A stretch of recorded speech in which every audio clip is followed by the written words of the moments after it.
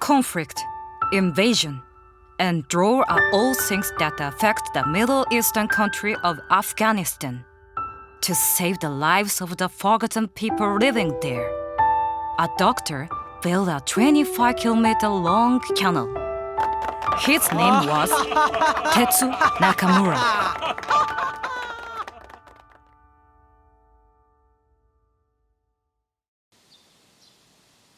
In 1946, Tetsu was born in Fukuoka. He spent his childhood in the rich nature of Fukuoka, running around the fields and mountains, chasing bugs and reading Froebel's book of insects. Tetsu's love of insects began when he met his friend's father, who was a butterfly collector. Wow, it's beautiful! Is this a Japanese bug? They're in the mountains around here. I'll take you some time. A few days later, Mr. Yoshikawa took Tetsu on an insect hunt in the mountains. Tetsu noticed a small insect hopping by. Tetsu tried to catch it, but the insect hopped away. He tried again, but it kept hopping on. That's a quick grasshopper. That's not it. I showed it to you the other day. It's a tiger beetle. Whoa, is this? See for yourself. Wow, it really is! It's beautiful! Through the world of insects, Tetsu learned that we can only see what we try to see. Tetsu always listened to his grandmother diligently. Tetsu's grandmother was very strict, but she would teach him many important life lessons.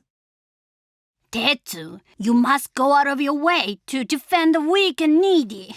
All life is precious, no matter how small. Yes! For junior high school, Tetsu went to a mission school. He became an avid Christian and was baptized. He went on to Kyushu University School of Medicine and started work as a psychiatrist. What I really wanted to do was to study agriculture and work with insects.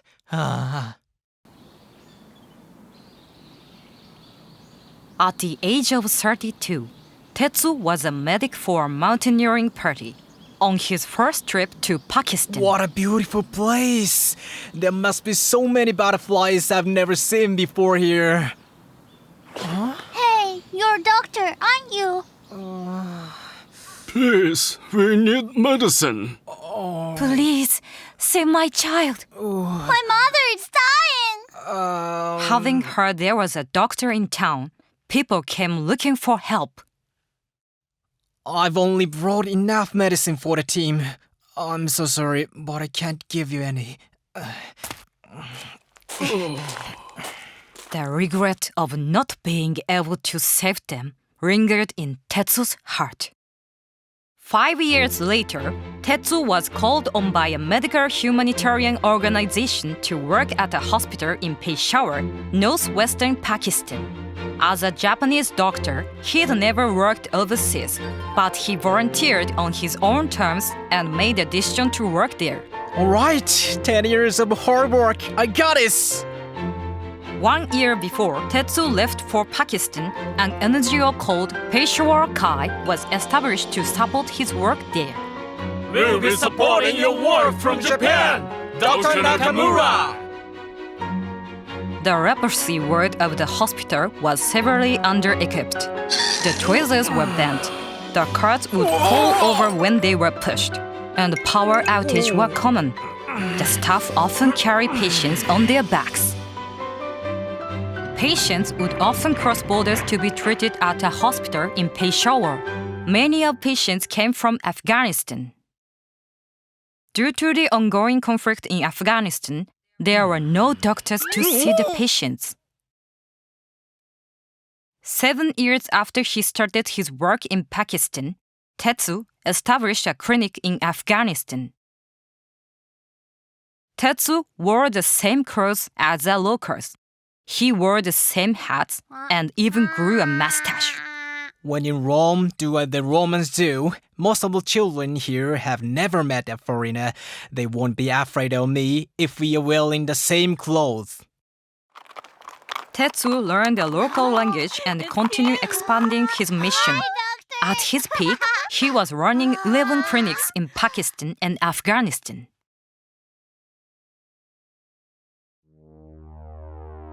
In the year 2000s, Afghanistan was plagued by a terrible drought. It didn't seem to rain for an eternity. Streams and wells were drying up. Lush farmland became rocky and barren. Greenery turned to dirt as far as the eye can see. Women would work for hours to bring water home. Thirsty children would drink muddy water and fall sick. Many children lost their lives. The Great Drought and the global warming crisis are deeply intertwined. Global warming is mostly caused by the excessive burning of fossil fuels by developed countries.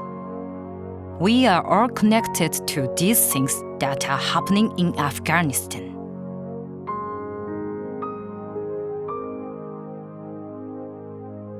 People become weak with no sustenance. Curable disease become deadly. The worst victims were infants. Many babies passed, waiting their turn to be seen by a doctor. If only we have water, I can just tell them to clean it with fresh water. Tetsu, you must go out of your way to defend the weak and needy. All life is precious, no matter how small. We fix the water first, then we treat the sick. Tetsu took off his lab coat and started digging wells. With the help of locals and volunteers, Tetsu dug 1,600 wells over 6 years.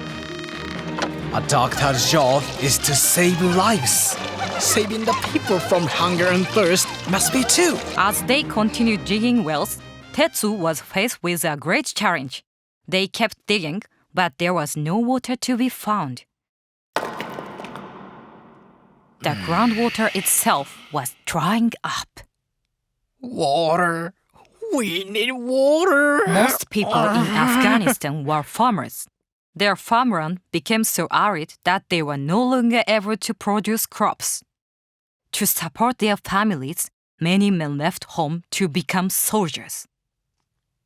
If we have water, we can farm. If we can farm, we don't have to become soldiers. We can save the people from famine. We can. Let's build a canal to draw the water we need from somewhere else. The people need water. One canal now can save more lives than 100 clinics. Tetsu was determined to revive the devastated farmland by building an irrigation canal to divert water from Canal River in eastern Afghanistan. They called it the Green Earth Project. It was an unprecedented challenge. Tetsu was 56 at the time. Hundreds of children are dying every day, and many more are becoming sick due to the lack of water. The future of Afghanistan depends on the construction of the canal. We must all work together. Tetsu had never studied civil engineering. He borrowed his daughter's book and brushed up on his mathematics. Tetsu started from scratch and even drafted the plans himself.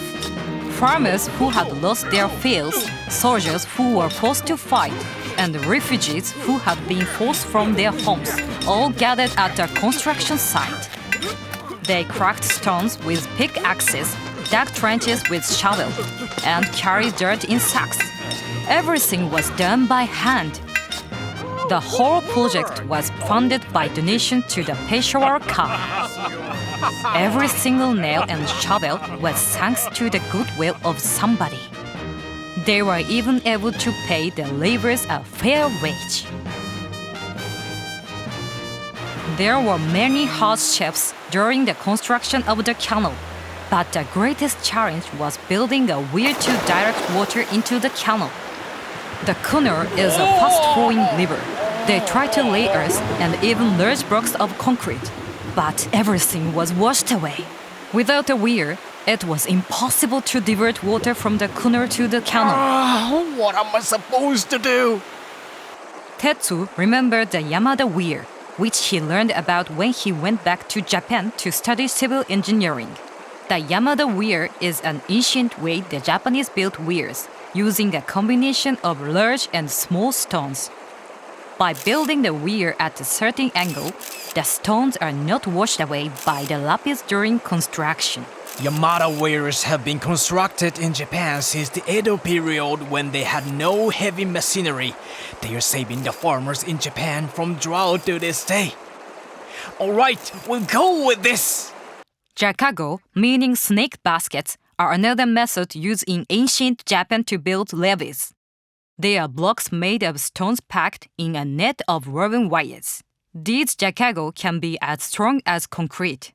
Afghanistan has an abundance of stones. Houses and hedges are all made of stones here. The jakago is perfect for this country. Both Yamada weirs and jakago can be constructed without using machinery. It was important to Tetsu that the canal can be maintained by the hands of the locals long after its completion.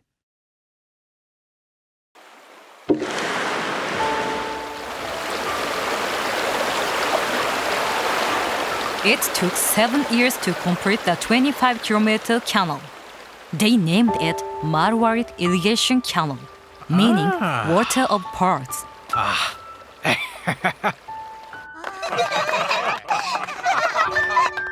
The canal ends in the Gamberi, once known as the Valley of Death.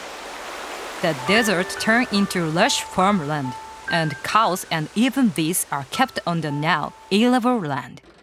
Tetsu continued to build new canals and maintain old ones. Thanks to their work, 16,500 hectares of farmland were producing crops. That's enough farmland to feed 650,000 people.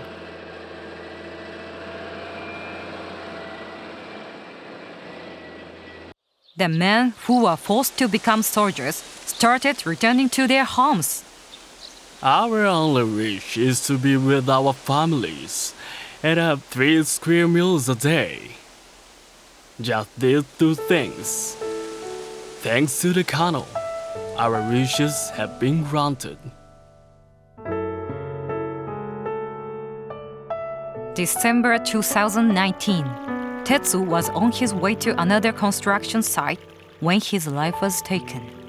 He was 73 when he left this world. Many Afghans mourn his death.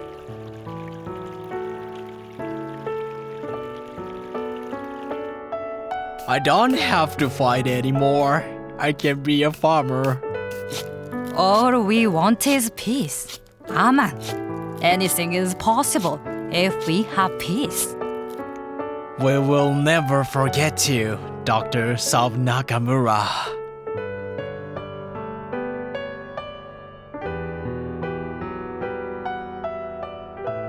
Afghanistan is still plagued by terrorism and bombings. Drought, caused by climate change, continues to affect the region. The people only want to live their lives in peace. Please, keep them in your thoughts.